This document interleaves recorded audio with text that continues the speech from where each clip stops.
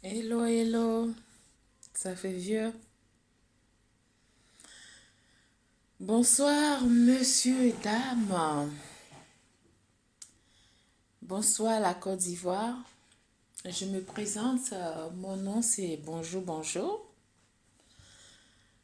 Et ça fait un moment où je suis pas venue sur la chaîne Bonjour, bonjour. C'était, le nom était euh, Bonjour, Jeanne. Louise et ou alors bonjour euh, Jeanne-Louise ou alors Jeanne-Louise bonjour, oui, j'avais donné ce nom-là et j'ai changé, j'ai dit bonjour bonjour, c'est mieux parce que je vous mets une toute petite musique. Voilà,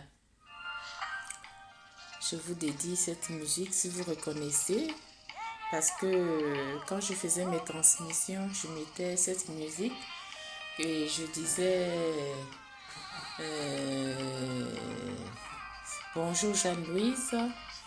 Donc je change Jeanne-Louise, je mets maintenant bonjour bonjour là. Et ça fait un moment que je ne suis pas venue sur l'antenne parce que j'ai perdu. J'ai ma soeur qui est décédée, ma soeur chérie, ma grande soeur que j'aimais tant. Elle nous a quittés, où on ne s'entendait pas. Elle avait l'âge de la fleur. Ma grande sœur était une femme vraiment vivante, une femme vraiment qui espérait toujours. Elle avait un esprit vraiment jeune, elle n'était pas comme moi, elle était vivante, elle était vraiment quelqu'une vraiment qui aimait la vie. Et hélas, la mort a eu raison sur sa vie. Et là, j'ai été vraiment blessée, j'ai été vraiment touchée, j'ai été vraiment... C'est à la même période que Arafat DJ, qui était décédé aussi, qui m'a fait beaucoup mal. Et au moment où je commentais la mort dans la scène de Arafat DJ, il y avait aussi à côté de moi ma soeur qui était déjà morte sans que je le sache.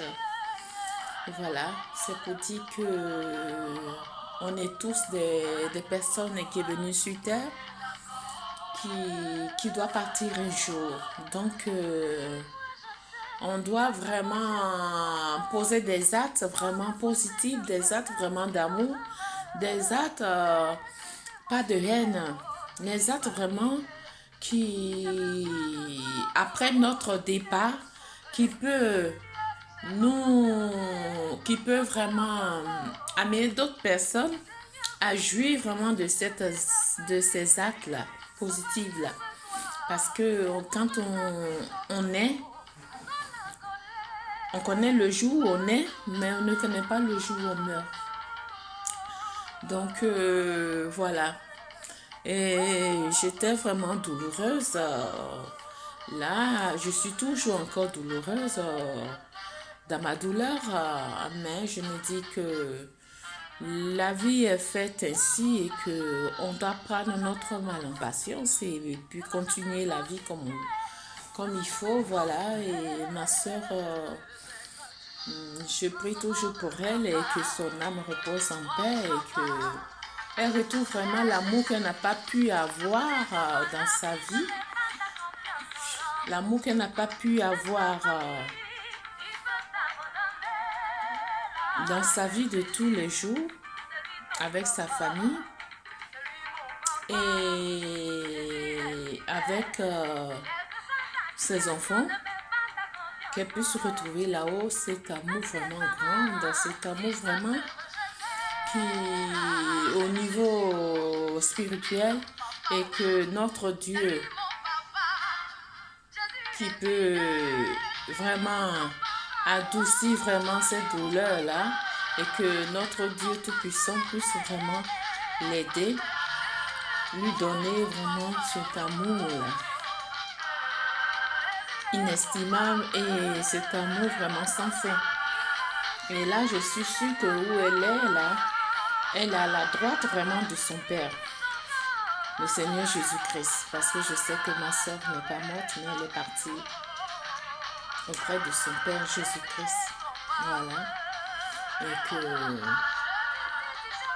toute personne partira là-bas et que au moment des actes vraiment justes, il va nous appeler auprès de lui un jour et on rendra compte et il nous choisira à sa table pour pouvoir manger avec lui. Voilà. Et je suis sûre que ma soeur est à la droite de son père parce que c'est quelqu'un vraiment qui était bien.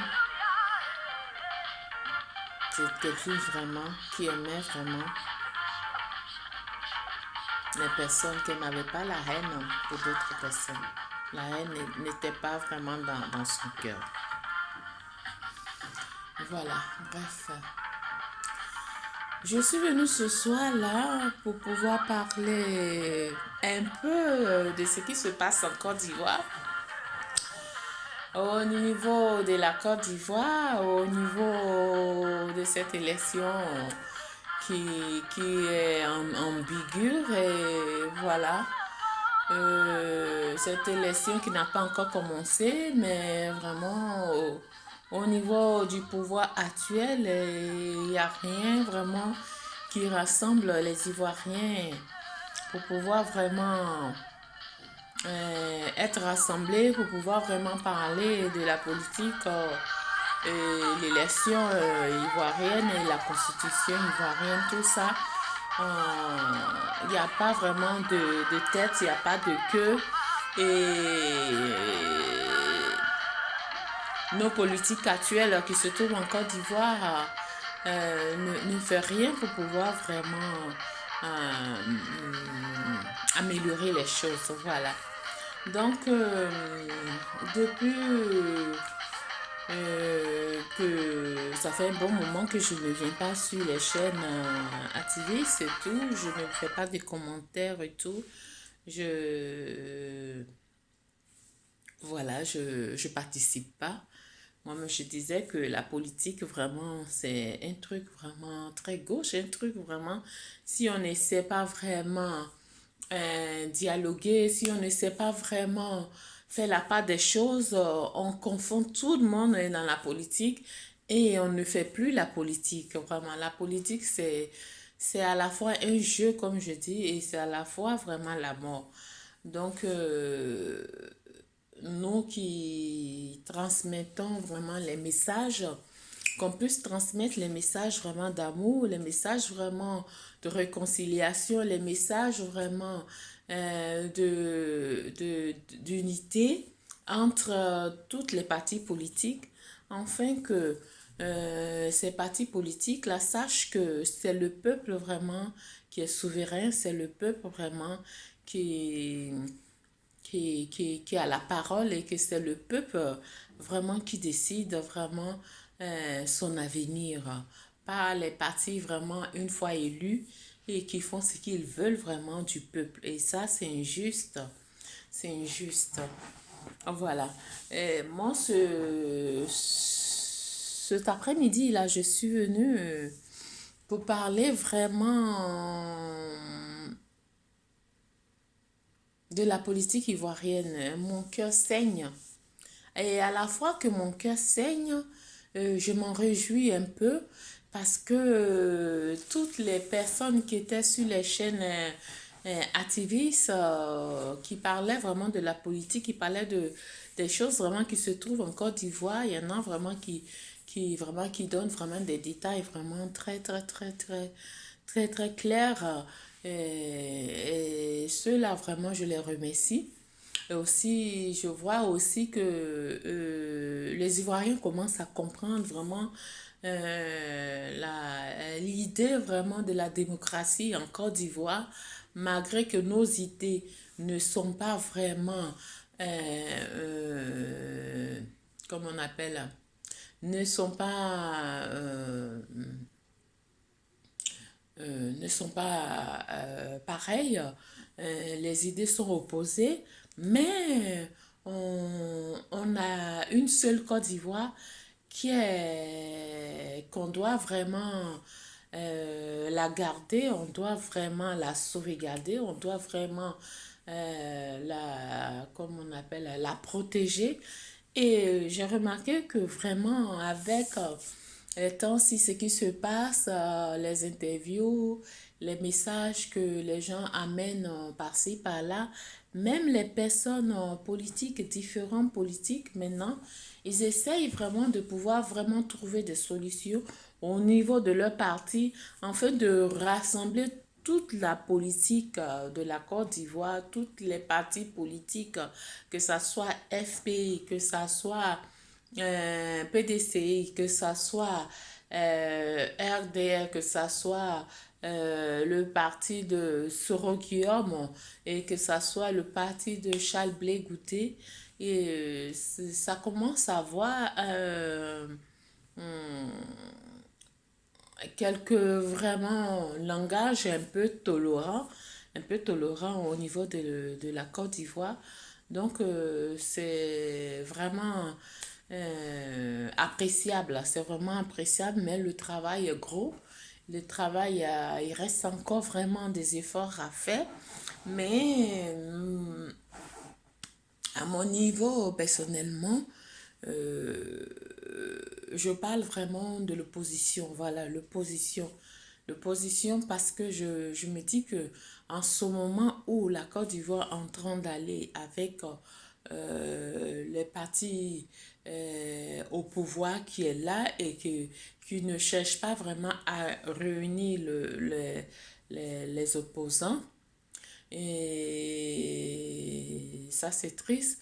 Donc, ces partis opposants-là, qu'on ne les écoute pas, et ils ont fait de sorte maintenant que et eux tous, maintenant, ils parlent le même langage, de pouvoir se réunir, de s'unifier, de pouvoir trouver un terrain d'entente, afin que entre eux opposants, ils puissent avoir un seul dialogue. Le seul dialogue, c'est quoi?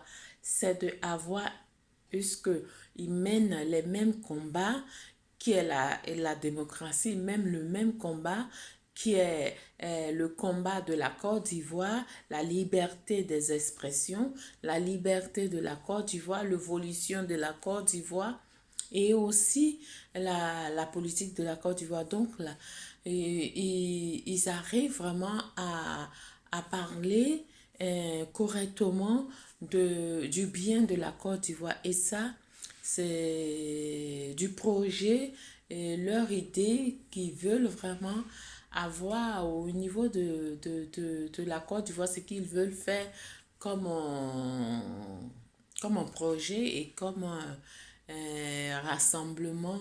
Ça, c'est vraiment bien. C'est vraiment bien, mais c'est un peu triste parce que euh, on est en ce moment en 2019, en 2020, c'est tout près là. C'est tout près là. Et que au niveau de la politique de Alassane Ouattara, qui n'est pas tout à fait rassemblé avec les autres partis politiques et qui continue toujours dans sa démagogie, qui continue toujours à être entêté dans sa manière de voir sa démocratie à lui.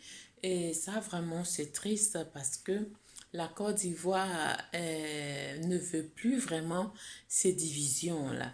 La Côte d'Ivoire veut vraiment une Côte d'Ivoire unifiée, une Côte d'Ivoire rassemblée, une Côte d'Ivoire vraiment d'amour, d'autrefois, une Côte d'Ivoire où quand il y avait des étrangers les étrangers qui vivent en Côte d'Ivoire se sentaient vraiment bien en Côte d'Ivoire et les Ivoiriens aussi qui vivaient dans leur pays se sentaient bien avec les étrangers qui vivent en Côte d'Ivoire. Donc c'est cette Côte d'Ivoire-là qu'on veut retrouver. Et j'espère que en 2020, le président qui va être au pouvoir, je ne pense pas que ça soit ce président actuel, mais le président qui va être au pouvoir, le nouveau président qui va être au pouvoir, va pouvoir vraiment rassembler tous les Ivoiriens qui ont été vraiment déchirés, qui ont été vraiment meurtriers dans leur propre amour pour leur pays. Et j'espère que ce président-là va pouvoir vraiment adoucir ça, il va pouvoir vraiment trouver des solutions concrètes pour pouvoir vraiment amener la Côte d'Ivoire dans un pays vraiment de démocratie et dans un pays vraiment comment on appelle, de développement. Voilà. Mon message aujourd'hui, je viens vers vous pour pouvoir dire que vraiment, mes frères et sœurs, cherchez toujours à avoir la vision de la politique, pas une vision vraiment de haine, pas une vision vraiment de celui-là m'a fait ça hier, donc je ne peux pas le pardonner parce que c'est impossible de pardonner. On n'est pas Dieu pour pouvoir vraiment faire notre jugement. Voilà. On doit vraiment pardonner à nos frères, on doit pardonner nos frères ivoiriens, qui a amené, qui a porté des âmes, enfin qui a tué des personnes par innocence, par je sais pas quoi. Aujourd'hui, s'ils viennent devant tous les Ivoiriens et ils arrivent quand même à demander pardon, je pense qu'on doit vraiment les entendre, on doit vraiment les écouter et les accepter. Et on ne doit pas prendre le péché de quelqu'un pour faire son péché, comme on dit. Donc là, moi, je pense qu'en ce moment-là, on n'est pas là pour faire un jugement, mais on est là, on doit réunir toutes les forces politiques pour pouvoir vraiment faire vraiment comprendre au parti qui est présent sur la Côte d'Ivoire, que le parti d'Alassane Ouattara, on doit le faire comprendre que il a déjà fait son mandat, qu'il est l'heure pour lui. La Constitution ne lui permet pas de faire un troisième mandat. Donc là, ça sera sage de sa part de pouvoir démissionner et de ne plus se représenter en 2020. Et ça, si M. Alassane Ouattara ne comprend pas ça et que les personnes qui se trouvent dans la politique d'Alassane Ouattara, qui encouragent le président Alassane Ouattara à se représenter, c'est que vraiment ces personnes-là, ils n'aiment pas le président Alassane Ouattara, ils veulent vraiment la mort du président Alassane Ouattara. Voilà pourquoi ils insistent à ce que le président Alassane Ouattara puisse se présenter. Et ça, c'est pas normal. Parce que si aujourd'hui, il y a un problème qui se trouve dans un pays et que personne ne trouve des solutions, en étant même, comme on appelle, au pouvoir, il n'y a personne qui trouve ces solutions-là, de pouvoir amener ses compatissants dans une relation de réconciliation et qu'on éloigne vraiment ses compatissants, on éloigne ses nations, on éloigne ses frères ivoiriens à ne pas vraiment faire la réconciliation, à ne pas comprendre les soucis vraiment de la Côte d'Ivoire, à pouvoir vraiment ignorer certaines choses, certaines souffrances que les Ivoiriens vivent. En Côte d'Ivoire, les politiques au pouvoir ferment les yeux sur ça. Et ça, c'est quelque chose vraiment qui est inacceptable. C'est quelque chose vraiment qui est triste. Et dans ça, on continue toujours à insister pour faire croire au président Alassane Ouattara qu'il doit se présenter. Et ça, c'est triste. Ça, c'est triste. Moi, Johnny, je prends par exemple le cas de Johnny Pacheco qui a vraiment soutenu M. Gbagbo Autrefois, il était vraiment dans ses paroles, vraiment ce qu'il disait, ça me plaisait tellement et il n'avait pas comme on appelle, là, de parti pris. Il critiquait les deux présidents, c'est qui leur responsabilité et ce qu'ils doivent faire comme c'est ce qui les attend à faire.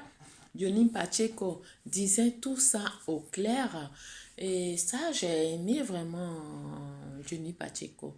Donc là, je vois où il est en train de partir. Il a vraiment, dans un politique vraiment comme il a choisi. Et là, j'ai très peur pour Johnny Pacheco parce que euh, c'est triste parce que son combat, c'était pas vraiment de pouvoir supporter telle personne, mais c'était un combat où il voulait vraiment faire, c'est-à-dire que il voulait vraiment euh, aider sa Côte d'Ivoire à pouvoir évoluer dans la politique, dans la démocratie aussi, dans le développement économique de la Côte d'Ivoire, c'est-à-dire que inciter les politiciens à mieux gérer leur pays sur le plan économique, tout ça là.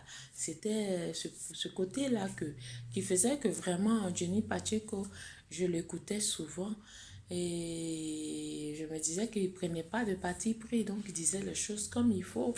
Aujourd'hui, Johnny Pacheco, il est dans un groupe, vraiment, un groupe vraiment où je trouve que vraiment c'est un mauvais choix qu'il a fait, mais chacun est libre de faire ce qu'il veut, mais je pense qu'il va venir à la raison.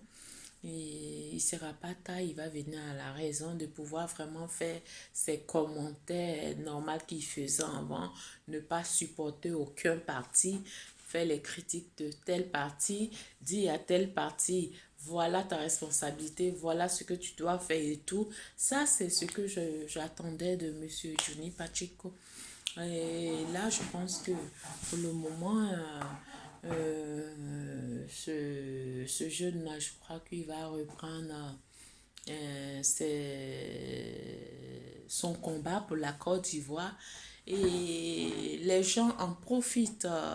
La politique actuelle en profite sur la popularité de Johnny Pacheco parce qu'ils savent que Johnny Pacheco, c'est quelqu'un qui est suivi, c'est quelqu'un qu'on écoute parce qu'il il fait vraiment beaucoup de débats.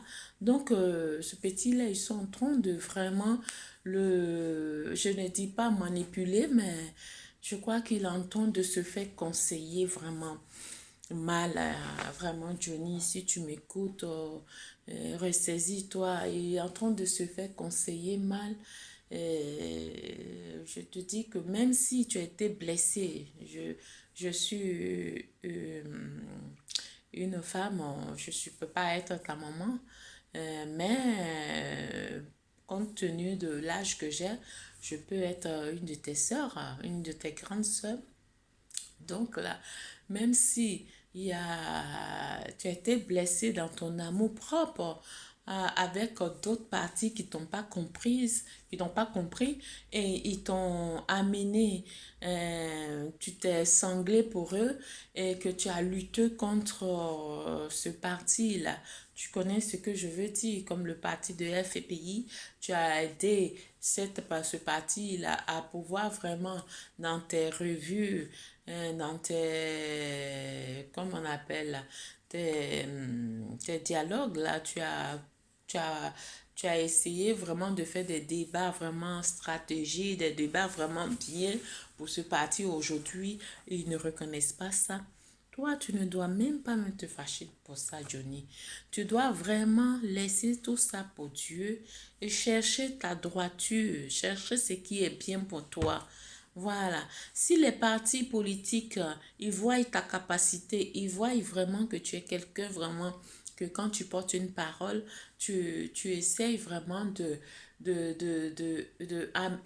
te faire écouter et, et ils savent que vraiment tu es quelqu'un vraiment, quand tu dis quelque chose, les gens disons, te regardent et ils essayent d'avoir un peu de curiosité pour tout ce que tu dis.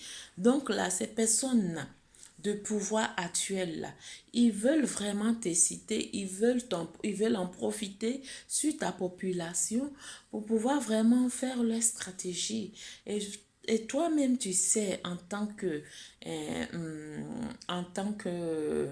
comme on appelle, en tant que commentaire, toi-même tu sais, tu connais où est la vérité. Tu sais qu'il y a des choses vraiment que tu n'aimes pas.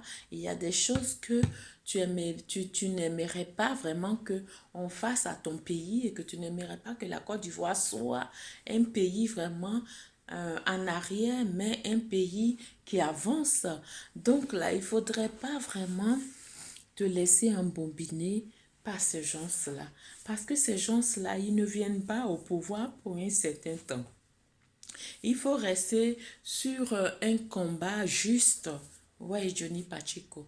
Il faut rester sur un combat juste, un combat où demain, quand ces personnes ne sont pas au pouvoir, tu vas toujours marcher la tête haute et les gens vont toujours t'apprécier en tant qu'internaute. Moi, je suis ta grande sœur. Ce que je te dis, même si ce n'est pas important, mais je pense qu'il faut vraiment chercher à comprendre le sens de ce que je veux dire là. Vraiment. Parce que tu es un jeune vraiment que j'apprécie beaucoup. J'aime vraiment ta façon de commenter les trucs politiques. J'aime vraiment ton audace. J'aime vraiment ta façon de dialoguer, ta façon, parce que je me dis que ce genre de personnes comme toi, et genre, un peu genre blé goudé, un peu, voilà, ce genre de personnes comme ça, comme toi, ce sont des personnes vraiment que la Côte d'Ivoire a besoin de pouvoir avancer dans la démocratie. La Côte d'Ivoire a besoin de pouvoir vraiment amener sa Côte d'Ivoire dans une politique vraiment démocratique, vraiment. Et là, euh, en tant que sœur, je t'appelle de pouvoir vraiment te ressaisir, vraiment de ressaisir et que si possible même, reprendre vraiment tes habitudes de critique où il n'y a pas de parti pris et tu dis tes choses comme il faut. Et là, tu vas voir que tu vas laisser les Ivoiriens dans un pensée positif à ta, à ta, à ton histoire, voilà, à ton histoire. Voilà, donc ça me fait mal que vraiment tu prends d'autres tournures et même tu choisis même un parti. C'est triste parce que je pense que ce n'est pas ce que c'est pas ce que tu as voulu faire en tant qu'internaute. Ce sont des personnes qui t'ont poussé à aller, à aller dans cette démagogie-là et qu'aujourd'hui, tu es rentré c'est ça le diable, là. C'est ça le diable. Donc, Johnny Pacheco, il ne faut pas t'amener vraiment dans ce système-là. Si te donnes l'argent, tu prends l'argent, tu manges bien et puis tu fais ce que tu as fait pour ta Côte d'Ivoire, tu fais ce que tu as fait pour ta nation, la vérité, la justice. Faut pas regarder ni les politiques qui sont au pouvoir actuel. Ce qu'ils disent et ce qu'ils font, c'est pas la même chose.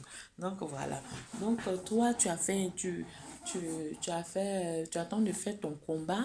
Ton combat, il faut continuer vraiment dans ce que tu as continué. Il faut pas vraiment changer. J'ai apprécié aussi Monsieur Don Giovanni qui t'a donné des conseils et que vraiment j'ai aimé vraiment Le conseil de Don Giovanni, là, tu vas comprendre mieux ce qu'il est en train de dire. Ce n'est pas vraiment pour t'injurer. Don Giovanni, ce qu'il a dit à ton sujet, vraiment, il faut bien réfléchir et revenir vraiment dans ton amour pour la Côte d'Ivoire, les idées que tu as et que tu veux vraiment que ta Côte d'Ivoire soit, que ton pays, la Côte d'Ivoire soit, il faut continuer ton combat dans ce sens-là. Johnny Pacheco, il faut continuer ce combat-là.